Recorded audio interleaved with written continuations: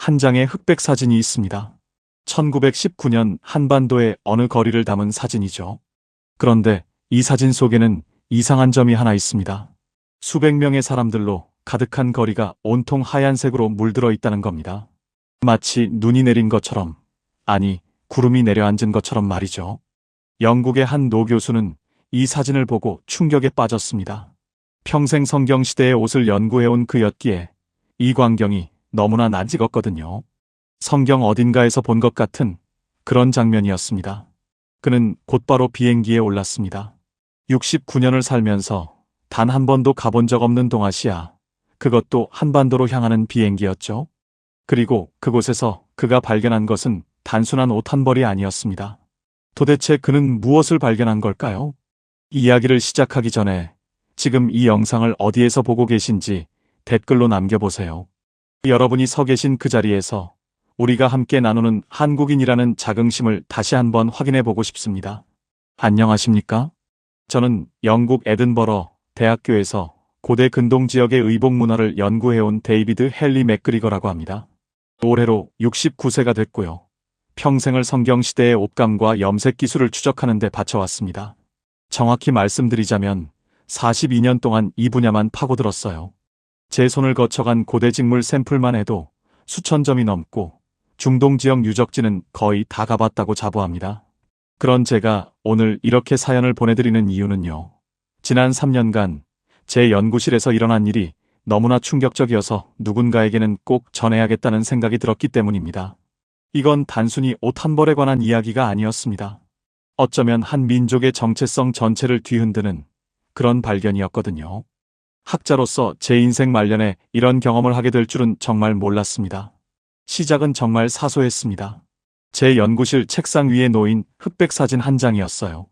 1919년 3월 1일에 촬영된 것으로 추정되는 한국의 어느 거리 풍경이었습니다. 사진 속에는 수백 명의 사람들이 거리를 가득 메우고 있었는데요. 처음엔 그냥 옛날 사진이려니 했습니다. 동료 교수가 자료 정리하다가 제 책상에 놓고 간 거였거든요. 별 생각 없이 차 한 잔 마시면서 훑어보는데, 그런데 자세히 들여다보니까 이상한 점을 발견했어요. 사진 전체가 마치 하얀 물결처럼 출렁이고 있었던 겁니다. 군복도 아니고 제복도 아니고 그냥 평범한 사람들이 전부 흰 옷을 입고 있었어요. 남자도 여자도 아이들도 노인도요. 거리 전체가 순백색으로 물들어 있었습니다. 저는 돋보기를 꺼내 사진을 더 자세히 들여다봤습니다. 정말 신기했어요. 한두 명도 아니고 10명도 아니고 보이는 사람 전부가 흰 옷이었으니까요. 저는 그 순간 이상한 기시감을 느꼈습니다. 어디선가 본 것 같은 장면이었거든요. 분명히 어디선가 이런 광경을 본 적이 있는데 도대체 어디였을까요? 그래서 제 서재를 뒤지기 시작했어요. 책장을 하나하나 훑어보고 오래된 노트들을 꺼내보고 심지어 10년 전강의 자료까지 뒤졌습니다. 1시간쯤 지났을까요? 드디어 찾아냈습니다. 요한계시록 7장 9절이었어요. 이 일 후에 내가 보니 각 나라와 족속과 백성과 방언에서 아무도 능히 셀 수 없는 큰 무리가 흰옷을 입고 보좌 앞에 섰더라. 성경을 연구하는 사람이라면 누구나 아는 구절이지만 그날따라 그 문장이 제 눈에 완전히 다르게 들어왔습니다. 흰옷을 입은 무리, 셀 수 없이 많은 사람들, 각 나라와 족속에서 모인 사람들, 그리고 제 책상 위의 사진 속 한국인들. 이 둘이 겹쳐 보이기 시작한 거예요. 우연이라고 하기엔 너무나 강렬한 연결고리였습니다. 저는 그날 밤 잠을 이룰 수가 없었습니다. 머릿속에서 질문들이 꼬리를 물고 이어졌거든요. 왜 하필 저 나라 사람들은 그렇게 오래도록 흰옷을 고집했을까? 세계 어느 나라를 봐도 흰색만 입는 민족은 없었어요. 중국도 아니고 일본도 아니고 인도도 아니었습니다. 심지어 중동 지역도 화려한 염색 문화를 자랑했죠. 이집트는 파란색과 붉은색 염료를 개발했고 페니키아는 자주색 염료로 유명했으며 페르시아는 황금빛 직물을 만들어냈습니다. 그런데 유독 한국만은 달랐습니다. 수천 년 동안 백의를 고수했다는 기록들이 역사서 곳곳에 남아 있었어요. 중국 역사서인 위지 동의전에도 나오고 삼국시대 기록에도 나오고 조선시대 문헌에도 계속 등장합니다. 이건 단순히 염료가 없어서도 아니었고 가난해서도 아니었습니다. 염색 기술은 분명히 있었거든요. 그런데도 굳이 흰 옷을 선택했다는 거예요. 뭔가 더 깊은 이유가 있을 거라는 확신이 들었죠. 이건 선택이었습니다. 강요가 아니라 자발적인 선택이었어요. 다음 날 아침, 저는 성경을 다시 펼쳤습니다. 이번엔 레위기 16장 4절을 읽었어요. 거룩한 세마포 속옷을 입으며 세마포 바지를 살에 입고 세마포 띠를 띠며 세마포관을 쓸지니 이것들은 거룩한 옷이라. 세마포요. 대제사장이 지성소에 들어갈 때 입던 옷이었습니다. 평소에는 금실로 수놓은 화려한 에봇을 입었지만 1년에 단 한 번 속죄일에만은 모든 장식을 벗고 순백의 세마포만 걸쳤어요. 금도 없고 보석도 없고 자수도 없는 순수한 흰 천이었습니다. 왜냐하면 하나님 앞에 설 때는 그 어떤 자랑도 그 어떤 치장도 필요 없었기 때문입니다. 오직 정결함만이 요구됐죠. 인간의 모든 화려함은 하나님 앞에서 아무 의미가 없었습니다. 오직 깨끗한 마음과 깨끗한 옷만이 필요했던 거예요. 저는 그 대목을 읽으면서 전율을 느꼈습니다. 손이 떨릴 정도였어요. 한국인들이 입었던 흰 두루마기가 바로 이 세마포와 똑같은 의미를 담고 있는 건 아닐까 하는 생각이 들었거든요. 물론 이건 제 개인적인 추측이었습니다. 증거도 없고 근거도 불확실했죠. 하지만 학자로서의 본능이 제게 말하고 있었어요. 이건 그냥 넘어갈 문제가 아니라고요. 반드시 확인해야 한다고요. 40년 넘게 학문을 해오면서 이런 직감을 느낀 적은 손에 꼽을 정도였습니다. 그래서 저는 결심했습니다. 한국으로 가야겠다고요.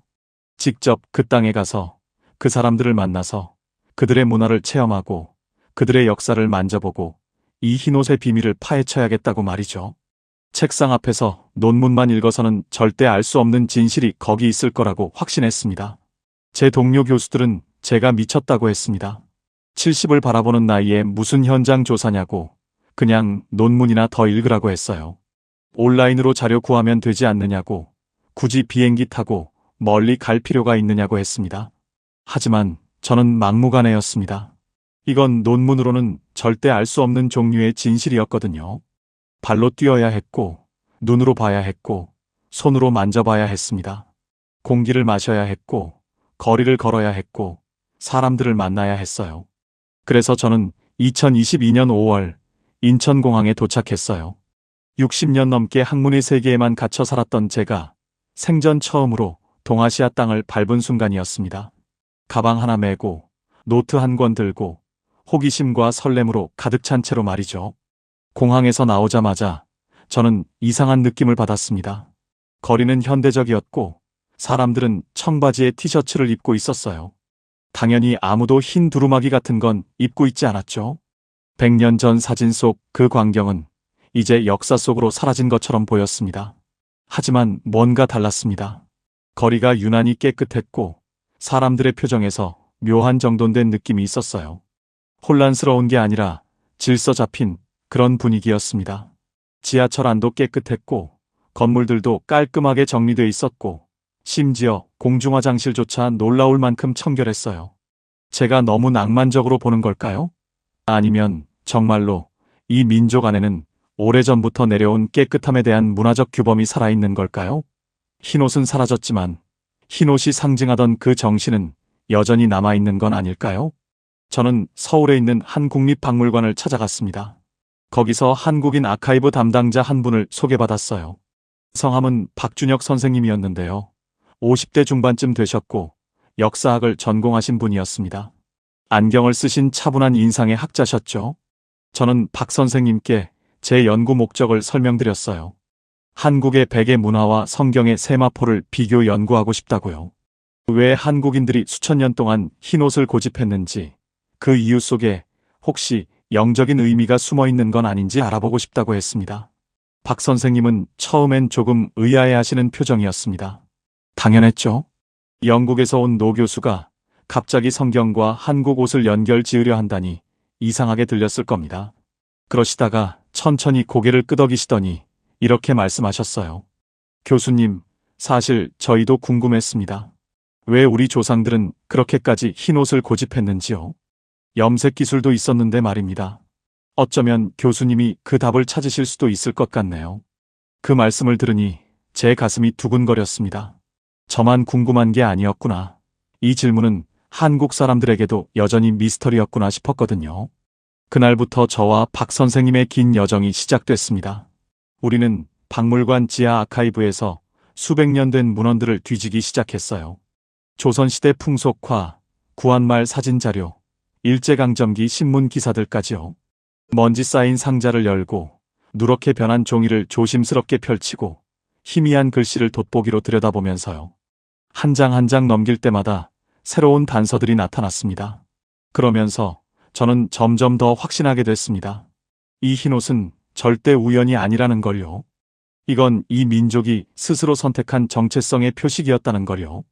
그리고 그 정체성은 어쩌면 성경이 말하는 그 거룩함과 연결돼 있을지도 모른다는 걸요.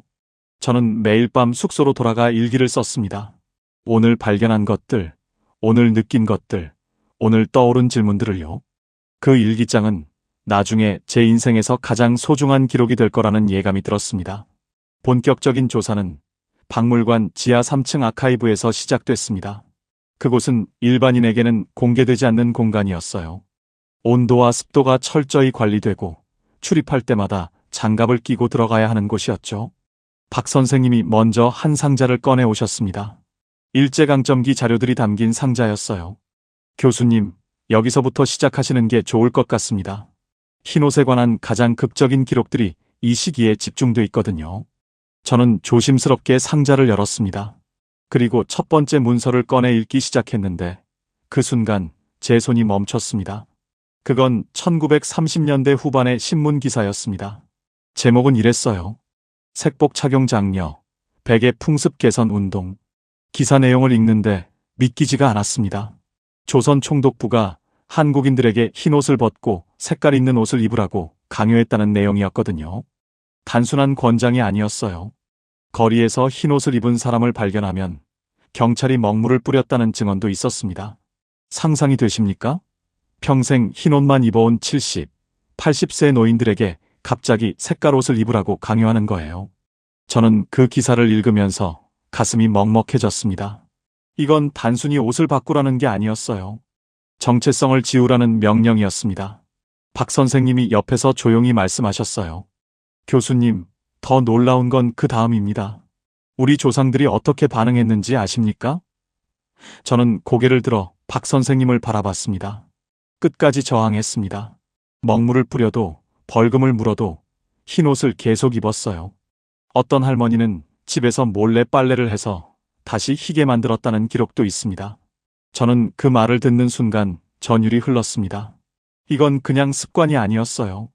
목숨을 걸 만큼 중요한 무언가였던 겁니다. 저는 속으로 생각했습니다. 도대체 흰옷이 이 사람들에게 어떤 의미였길래 이렇게까지 지키려 했을까? 다음 자료는 더욱더 충격적이었습니다.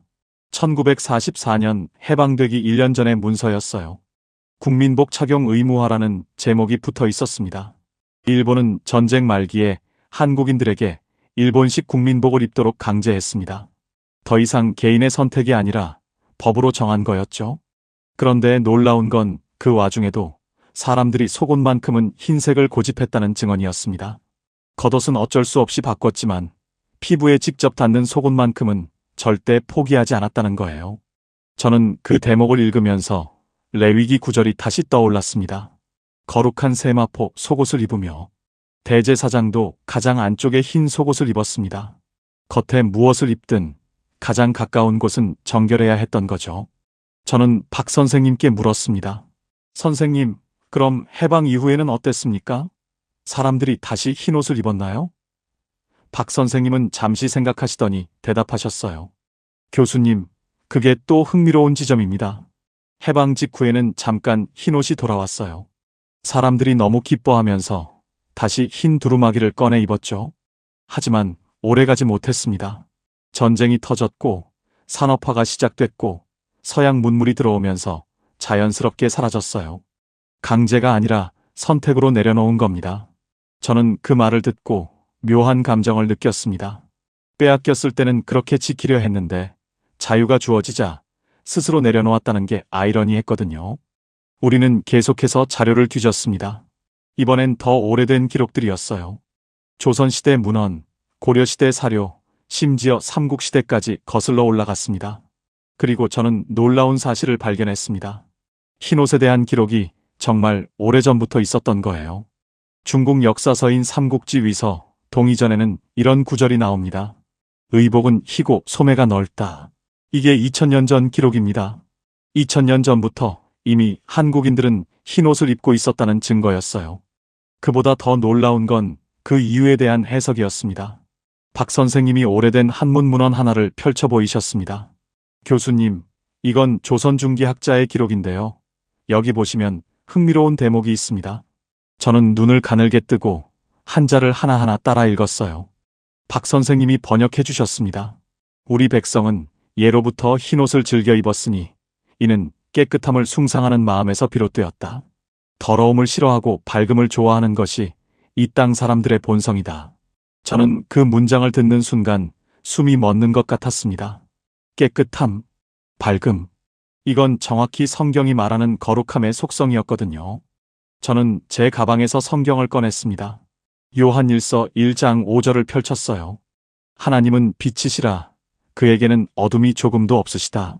그리고 요한계시록 19장 8절도 다시 읽었습니다. 그에게 빛나고 깨끗한 세마포 옷을 입도록 허락하셨으니 이 세마포 옷은 성도들의 옳은 행실이로다. 빛남, 깨끗함, 정결함. 이 모든 단어가 흰색으로 수렴되고 있었습니다. 그리고 놀랍게도 한국의 흰옷 문화도 똑같은 가치를 담고 있었어요. 이게 우연일 수 있을까요? 저는 점점 확신이 들었습니다. 이건 우연이 아니라는 확신이요. 박 선생님이 또 다른 자료를 가져오셨습니다. 이번엔 구한말 외국인들이 쓴 기록이었어요. 선교사들, 외교관들, 여행자들이 남긴 일기와 편지들이었습니다. 그중 한 편지가 제 시선을 사로잡았습니다. 1900년대 초반 한국을 방문한 영국 화가 엘리자베스 키스의 글이었어요. 조선의 거리를 걸으면 마치 구름 위를 걷는 것 같다. 사람들이 모두 흰 옷을 입고 있어 거리 전체가 부드러운 안개처럼 보인다. 그들의 옷은 가난해 보이지만 결코 더럽지 않다.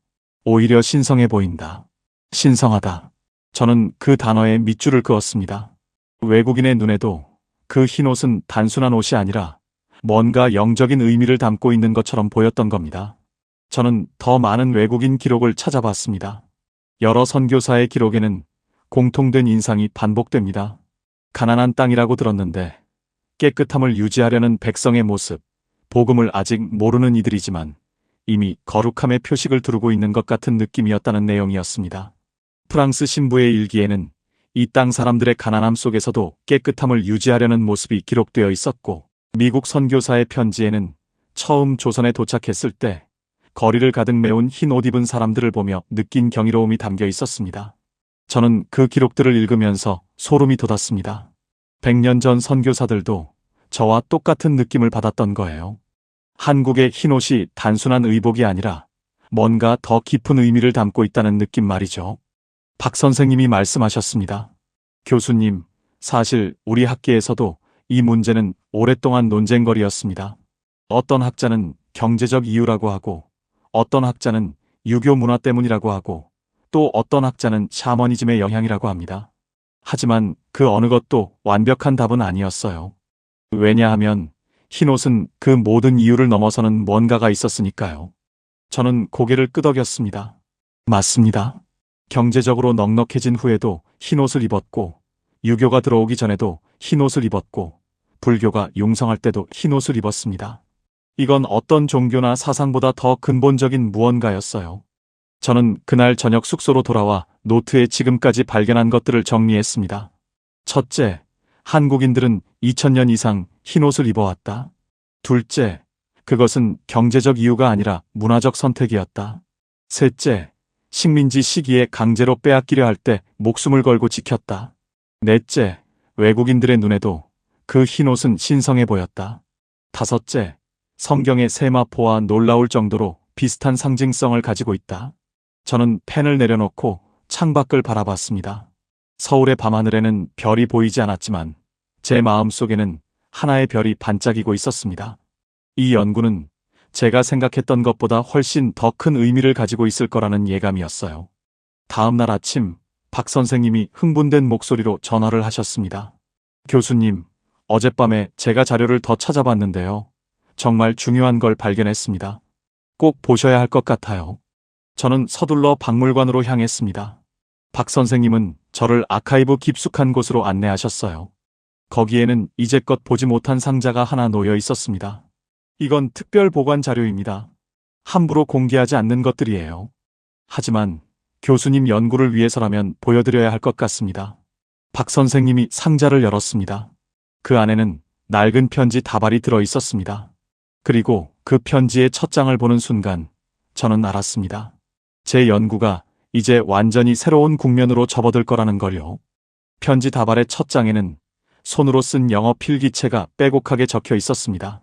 종이는 누렇게 변색됐지만 글씨는 또렷했어요. 저는 조심스럽게 편지를 들어 올렸습니다. 1900년대 초반으로 추정되는 편지였습니다. 그리고 서명을 보는 순간 저는 숨을 멈췄습니다. 제임스 스카스 게일, 한국 최초의 한영사전을 편찬한 캐나다 출신 선교사였죠. 저는 그 이름을 알고 있었습니다. 한국 최초의 한영사전을 편찬한 캐나다 출신 선교사였죠. 한국어를 서양에 처음 소개한 인물이기도 했고요. 그가 남긴 개인 편지가 여기 있다는 게 믿기지 않았습니다. 박 선생님이 조용히 말씀하셨습니다. 교수님, 이 편지는 게일 선교사가 본국에 있는 지인에게 보낸 개인 서신으로 보입니다. 공식 보고서가 아니라 개인적 고백이 담긴 편지예요. 그래서 더 귀중하죠. 저는 떨리는 손으로 편지를 읽기 시작했습니다. 여기서부터는 여러 선교사 기록에 남은 문제의식과 고민을 바탕으로 제가 이해한 방식으로 재구성한 이야기입니다. 게일 선교사의 편지에는 20년 넘게 조선에서 생활하며 느낀 의문이 담겨 있었습니다. 왜 이 백성들은 그토록 오랫동안 흰옷을 고집하는가 하는 질문이었죠. 처음엔 가난 때문이라고 생각했지만 부유한 집안도, 양반도, 심지어 왕족까지 흰옷을 즐겨 입는다는 사실을 알게 되면서 그것이 단순한 경제 문제가 아님을 깨달았다는 내용이었습니다. 그동안 수많은 사람을 만났고 수많은 마을을 다녔지. 하지만 여전히 이해되지 않는 것이 하나 있네. 바로 이 백성들의 흰옷일세. 저는 눈을 크게 뜨고 다음 문장을 읽었습니다. 처음엔 나도 다른 서양인들처럼 생각했네. 가난해서 염료를 살 돈이 없는 거라고 말이지. 하지만 그게 아니었네. 나는 부유한 양반 집안도 가봤고 궁궐 관리들도 만났네. 그들도 흰옷을 입고 있더군. 심지어 왕족도 평상시엔 흰옷을 즐겨 입는다고 들었네. 이건 가난의 문제가 아니었네. 선택이었지. 저는 편지를 읽으면서 고개를 끄덕였습니다. 제가 발견한 것과 정확히 일치하는 내용이었어요. 그런데 다음 문단에서 편지는 완전히 다른 방향으로 흘러갔습니다. 편지 속에는 한 노학자와의 대화가 기록되어 있었습니다.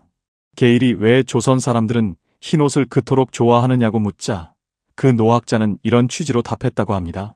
우리는 빛을 숭상하는 민족이며 하늘의 밝음을 옷으로 표현한다는 것이었죠. 게일은 그 대답을 듣고 전율했다고 적었습니다. 성경에도 빛의 자녀, 하늘에 속한 자들이라는 표현이 있지 않은가. 그들은 복음을 듣기도 전에 이미 그 진리를 옷으로 표현하고 있었던 것은 아닐까 하는 물음이었습니다. 나는 그 말을 듣고 전율했네. 성경에도 비슷한 표현이 있지 않은가. 빛의 자녀들, 하늘에 속한 자들. 그들은 복음을 듣기도 전에 이미 그 진리를 옷으로 표현하고 있었던 것일세. 저는 편지를 읽다가 잠시 멈췄습니다. 심장이 너무 빠르게 뛰어서 숨을 고르고 싶었거든요. 박 선생님이 걱정스러운 표정으로 물으셨어요. 교수님, 괜찮으십니까? 저는 고개를 끄덕이고 계속 읽었습니다. 게일 선교사의 편지는 더욱 깊어졌습니다. 나는 그날 이후 조선의 거리를 다르게 보게 됐네. 흰옷 입은 사람들이 그냥 사람들이 아니라 하나님께서 예비하신 백성처럼 보이기 시작했지. 나는 그들에게 복음을 전하러 왔다고 생각했는데 어쩌면 그들은 이미 복음을 입을 준비가 되어 있었던 게 아닐까. 편지의 마지막 부분이 가장 강렬했습니다. 편지의 마지막 부분에는 게일의 확신이 담겨 있었습니다. 이 땅이 우연히 복음을 받은 것이 아니라 오래전부터 준비된 땅일지 모른다는 것. 그 증거가 바로 흰옷일 수 있다는 생각. 그들은 자기들도 모르게 거룩한 옷을 입고 무언가를 기다려왔던 것은 아닐까 하는 물음이었습니다. 저는 편지를 다 읽고 나서 한참 동안 말을 잇지 못했습니다. 100년 전 선교사도 저와 똑같은 결론에 도달했던 겁니다. 이건 더 이상 제 개인적인 추측이 아니었어요. 역사적 증언이었습니다. 박 선생님이 다른 편지들도 꺼내 보여주셨습니다. 게일 선교사뿐만 아니라 다른 선교사들도 비슷한 기록을 남겼더군요. 언더우드 선교사는 일기에 이렇게 썼습니다. 조선에 첫 발을 디뎠을 때 나는 두려웠다. 복음을 거부하면 어쩌나 하는 두려움이었다. 하지만 거리에서 흰 옷 입은 사람들을 보는 순간 평안이 찾아왔다. 이들은 이미 깨끗함을 사랑하는 백성이구나. 복음의 씨앗이 떨어질 땅이 준비되어 있구나. 아펜젤러 선교사도 편지에 썼습니다. 나는 처음 조선을 어둠의 땅이라고 생각했다. 하지만 도착해보니 온 나라가 흰색으로 빛나고 있었다. 이것은 하나님의 유머가 아닐까? 우리가 빛을 가져오려 왔는데 그들은 이미 빛을 입고 있었다. 저는 그 기록들을 하나하나 읽으면서 점점 더 확신하게 됐습니다. 이건 우연이 아니라 섭리였다는 확신이요. 한국의 흰옷 문화는 단순히 전통이나 습관이 아니었어요. 그것은 하나님께서 이 민족을 위해 준비하신 예표였던 겁니다. 마치 구약시대의 제사장들이 세마포를 입고 하나님을 섬겼듯이 한국인들도 자기들도 모르는 사이에 제사장의 옷을 입고 있었던 거죠. 그리고 때가 되자 복음이 이 땅에 들어왔고 그 흰 옷은 복음을 담는 그릇이 되었던 겁니다. 박 선생님이 조심스럽게 물으셨습니다. 교수님, 그럼 이제 어떻게 하실 겁니까? 이 발견을 어떻게 정리하실 건가요? 저는 잠시 생각했습니다. 사실 이건 학술적으로 증명하기 어려운 주제였어요. 객관적 데이터도 부족하고 과학적 검증도 불가능하죠. 하지만 저는 학자이기 전에 신앙인이었습니다. 그리고 신앙인의 눈으로 보면 이 모든 증거들은 하나의 이야기를 가리키고 있었어요. 하나님께서 한반도를 사랑하셨고 오래전부터 준비하셨고 때가 되자 복음으로 채우셨다는 이야기 말입니다. 저는 박 선생님께 말씀드렸습니다. 선생님, 저는 이걸 논문으로 쓰지 않을 겁니다. 대신 간증으로 남기고 싶습니다. 학계가 인정하든 안 하든 저는 이 진실을 믿습니다. 한국의 흰옷은 하나님께서 주신 선물이었다고 말이죠. 박 선생님은 미소를 지으시며 말씀하셨어요. 교수님, 사실 저도 같은 생각입니다. 역사학자로서는 증명할 수 없지만 한국인으로서는 믿고 싶습니다. 우리 민족이 특별하다는 걸요. 하나님께 선택받았다는 걸요. 그날 밤 저는 숙소에서 성경을 펼쳤습니다. 이사야서 61장 10절을 읽었어요. 내가 여호와로 말미암아 크게 기뻐하며 내 영혼이 나의 하나님으로 말미암아 즐거워하리니 이는 그가 구원의 옷을 내게 입히시며 공의의 겉옷을 내게 더하심이 신부가 자기 보석으로 단장함 같게 하셨음이라. 구원의 옷, 공의의 겉옷, 신부의 단장. 저는 그 구절을 읽으면서 눈물이 났습니다. 한국인들이 입었던 흰 두루마기가 바로 이 구원의 옷이었구나 싶었거든요. 그들은 복음을 받기도 전에 이미 구원의 옷을 입고 신랑을 기다리고 있었던 겁니다. 저는 창밖을 바라봤습니다. 서울의 밤은 여전히 밝았고 거리에는 많은 사람들이 오가고 있었어요. 아무도 흰 두루마기를 입고 있지 않았습니다. 하지만 저는 알고 있었습니다. 그 옷은 사라졌지만 그 의미는 남아있다는 걸요. 한국인들의 DNA 속에는 여전히 그 거룩함에 대한 갈망이 흐르고 있다는 걸요. 그리고 그 갈망은 언젠가 다시 꽃 피울 거라는 걸요. 어쩌면 지금 이 순간에도 하나님께서는 이 민족을 통해 무언가를 계획하고 계실지 모릅니다. 100년 전 선교사들이 목격했던 그 흰 물결이 다시 일어날 날을 준비하고 계실지도 모르죠. 다음 날 아침 저는 박 선생님과 함께 마지막 장소를 방문했습니다. 서울 외곽의 작은 박물관이었어요. 거기에는 실제 100년 전 흰 두루마기가 전시되어 있었습니다. 저는 유리 너머로 그 옷을 한참 동안 바라봤습니다. 세월에 바래고 낡았지만 여전히 희었어요. 저는 그 순간 깨달았습니다. 이 연구는 끝난 게 아니라 시작이라는 걸요. 제가 발견한 건 역사적 사실이 아니라 영적 진리였습니다. 그리고 그 진리는 계속해서 살아 움직이고 있었어요. 한국 교회를 통해, 한국 선교사들을 통해, 그리고 이 땅에서 하나님을 찾는 모든 사람들을 통해서 말이죠. 저는 박 선생님께 마지막 질문을 드렸습니다. 선생님은 한국인으로서 자부심을 느끼십니까? 이 흰옷의 전통에 대해서요. 박 선생님은 잠시 생각하시더니 대답하셨습니다. 교수님, 저는 어렸을 때 흰옷이 촌스럽다고 생각했습니다. 하지만 나이가 들수록 그게 얼마나 귀한 유산인지 알게 됐어요. 우리 조상들은 가난했지만 깨끗했고 약했지만 순결했습니다. 그 정신을 잊지 말아야 한다고 생각합니다. 저는 고개를 끄덕였습니다. 맞습니다. 그게 바로 제가 전하고 싶은 메시지였어요. 한국의 흰옷은 과거의 유물이 아니라 미래를 위한 유산이라는 것 말입니다. 한국에서의 마지막 날이 밝았습니다. 저는 호텔방을 정리하면서 지난 3개월을 되돌아봤어요.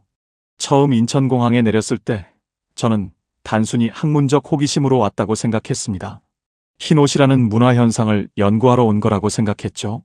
하지만 지금 돌아가는 저는 완전히 다른 사람이 됐습니다. 저는 한 민족의 영적 정체성을 목격했고 하나님의 섭리를 체험했으며 역사 속에 숨겨진 복음의 흔적을 발견했습니다. 이건 단순한 연구 여행이 아니었어요. 순례였습니다. 공항으로 가는 택시 안에서 저는 창밖을 바라봤습니다. 고속도로를 달리는 차들, 높이 솟은 빌딩들, 분주하게 움직이는 사람들. 이 모든 것이 현대적이고 세련됐습니다. 100년 전 선교사들이 봤던 흰옷의 나라는 더 이상 존재하지 않았어요. 하지만 저는 알고 있었습니다. 겉모습은 변했지만 본질은 남아있다는 걸요. 한국인들의 마음속 깊은 곳에는 여전히 그 정결함에 대한 갈망이 살아있다는 걸요. 그게 지금은 깨끗한 거리로 나타나고 질서 있는 사회로 나타나고 헌신적인 신앙으로 나타나는 거라고 믿었습니다. 박 선생님이 공항까지 배웅 나와주셨습니다. 우리는 커피숍에 앉아 마지막 대화를 나눴어요. 박 선생님이 먼저 입을 여셨습니다. 교수님, 3개월 동안 함께 연구하면서 저도 많이 배웠습니다. 제가 평생 한국인으로 살면서도 몰랐던 우리 민족의 정체성을 발견하게 됐어요. 교수님께 감사드립니다. 저는 손을 내저었습니다. 아닙니다, 선생님. 오히려 제가 감사해야죠. 선생님이 아니었다면 저는 그 귀한 자료들을 볼 수도 없었을 겁니다. 특히 게일 선교사의 편지는 정말 결정적이었어요. 박 선생님이 잠시 망설이시더니 조심스럽게 물으셨습니다. 교수님, 솔직히 물어봐도 될까요? 교수님은 정말로 믿으십니까? 한국의 흰옷이 하나님의 계획이었다는 걸요. 저는 잠시 생각했습니다. 학자로서 대답해야 할까요? 아니면 신앙인으로서 대답해야 할까요? 저는 두 가지 모두로 대답하기로 했습니다. 선생님, 학자로서 말씀드리면 이건 증명 불가능한 가설입니다. 객관적 데이터도 부족하고 과학적 검증도 어렵죠. 하지만 신앙인으로서 말씀드리면 저는 확신합니다. 우연이라고 하기엔 너무 많은 것들이 일치하거든요. 저는 계속 말했습니다. 성경은 흰옷을 거룩함의 상징으로 수십 번 언급합니다. 대제사장의 세마포, 천사들의 흰옷, 승리한 성도들의 흰옷, 신부의 세마포 예복까지요. 그리고 놀랍게도 지구상에서 유일하게 2000년 넘게 흰옷을 고집한 민족이 있습니다. 바로 한국인들이죠. 이게 우연일 확률이 얼마나 될까요? 저는 이게 하나님께서 이 민족을 위해 준비하신 표식이라고 믿습니다. 마치 이스라엘에게 할례를 주신 것처럼 한국에게는 흰옷을 주신 거라고 생각해요. 박 선생님의 눈에 눈물이 맺혔습니다. 교수님, 그 말씀을 들으니 가슴이 뭉클합니다. 사실 저도 한국인으로서 늘 궁금했어요. 우리 민족이 이렇게 짧은 시간에 복음을 받아들이고 세계 선교의 중심이 된 이유가 뭘까 하고요. 어쩌면 우리는 정말로 준비된 민족이었던 걸까요? 저는 고개를 끄덕였습니다. 그렇습니다, 선생님. 선교사들이 한국에 왔을 때 이 땅은 이미 준비되어 있었어요. 흰옷을 입고 빛을 사랑하고 깨끗함을 추구하는 백성이 기다리고 있었던 겁니다. 그래서 복음의 씨앗이 이렇게 빨리, 이렇게 깊이 뿌리내릴 수 있었던 거죠. 탑승 시간이 다가왔습니다. 저는 박 선생님과 악수를 나눴어요. 선생님, 제가 영국으로 돌아가도 이 연구는 계속될 겁니다. 저는 이 이야기를 더 많은 사람들에게 전하고 싶습니다. 한국의 흰옷이 단순한 문화가 아니라 하나님의 섭리였다는 거요. 박 선생님이 힘주어 제 손을 잡으셨습니다. 교수님, 꼭 그렇게 해주십시오. 우리 후손들이 자신의 정체성을 잊지 않도록 말입니다. 우리가 누구인지, 우리가 어디서 왔는지, 그리고 우리가 어디로 가야 하는지를요. 비행기에 오른 저는 창가 좌석에 앉았습니다. 비행기가 이륙하면서 서울의 풍경이 점점 작아졌어요. 저는 그 광활한 도시를 내려다보면서 생각했습니다. 저 아래 1,000만 명이 넘는 사람들이 살고 있고 그들 중 많은 이들이 교회에 다니고 성경을 읽고 기도하고 있을 거라고요. 그들은 자기들이 입었던 흰옷의 의미를 알까요? 자기 조상들이 왜 그렇게 흰색을 사랑했는지 알까요? 저는 그들이 알았으면 좋겠다고 생각했습니다. 그래야 자신의 정체성을 제대로 이해할 수 있을 테니까요. 영국으로 돌아온 후 저는 바로 작업에 들어갔습니다. 제가 한국에서 수집한 모든 자료를 정리하고 사진을 분류하고 인터뷰 내용을 기록했어요. 그리고 한 편의 글을 쓰기 시작했습니다. 논문이 아니라 간증문이었어요. 제목은 이렇게 정했습니다. 백의 민족, 하나님께서 준비하신 신부. 저는 그 글에서 학자로서 발견한 팩트와 신앙인으로서 받은 깨달음을 모두 담았습니다. 객관적 증거와 주관적 해석을 구분하면서도 제 확신은 분명히 밝혔어요. 글을 쓰는 동안 저는 계속해서 성경을 펼쳤습니다. 요한계시록 7장을 다시 읽고 또 읽었어요.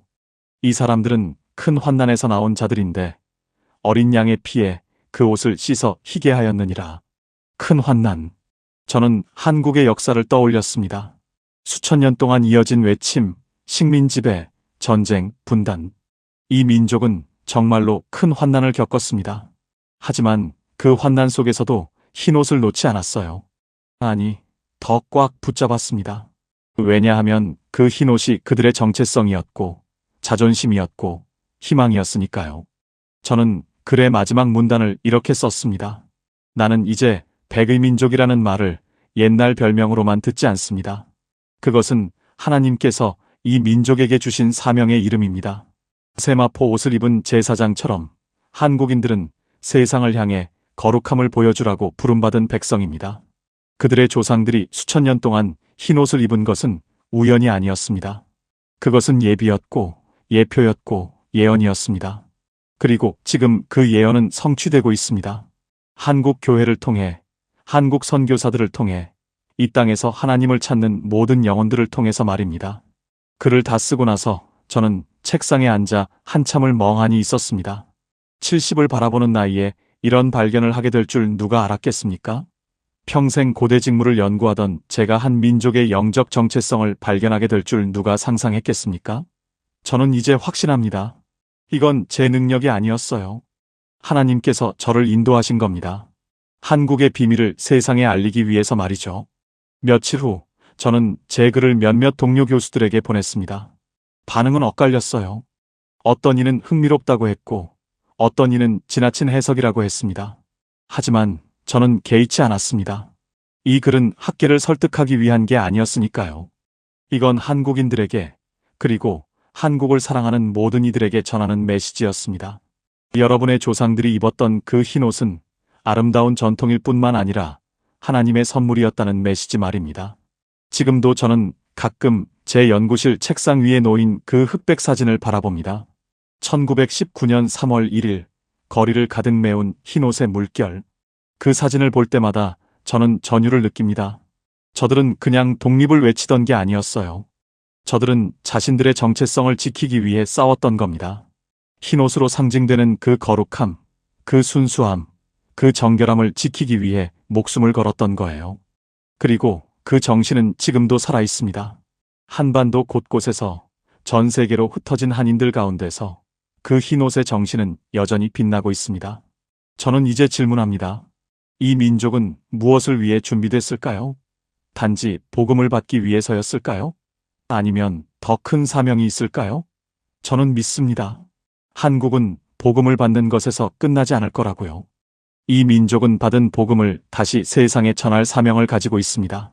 마치 제사장이 하나님께 제사를 드리고 백성에게 복을 전하듯이 한국은 하늘의 복을 받아 열방에 전하는 제사장 나라가 될 거라고 믿습니다. 그리고 그 사명의 증거가 바로 그 흰옷이었던 겁니다. 수천 년 전부터 그들은 제사장의 옷을 입고 있었던 거예요. 마지막으로 저는 이 이야기를 듣는 모든 분들께 말씀드리고 싶습니다. 여러분의 조상들이 입었던 그 흰 두루마기를 기억하십시오. 그것은 가난의 상징이 아니라 거룩함의 표식이었습니다. 그것은 약함의 증거가 아니라 순수함의 선언이었습니다. 그리고 무엇보다 그것은 하나님께서 여러분을 사랑하신다는 증거였습니다. 오래전부터 여러분을 선택하시고 준비하시고 부르셨다는 증거 말입니다. 그러니 자부심을 가지십시오. 여러분은 백의 민족입니다. 세마포를 입은 제사장의 후예입니다. 그리고 여러분의 사명은 아직 끝나지 않았습니다. 이제 시작입니다. 오늘 사연은 여기까지입니다. 여러분이 서 계신 그 자리에서 미처 알지 못했던 한국인이라는 자긍심을 함께 나누고 싶습니다. 공감하셨다면 오늘 이야기 속에서 느끼신 점을 댓글에 남겨보세요. 그 한 줄이 다음 사연을 준비하는데 큰 힘이 됩니다. 영상이 마음에 드셨다면 좋아요와 구독도 부탁드립니다. 시청해주셔서 감사합니다.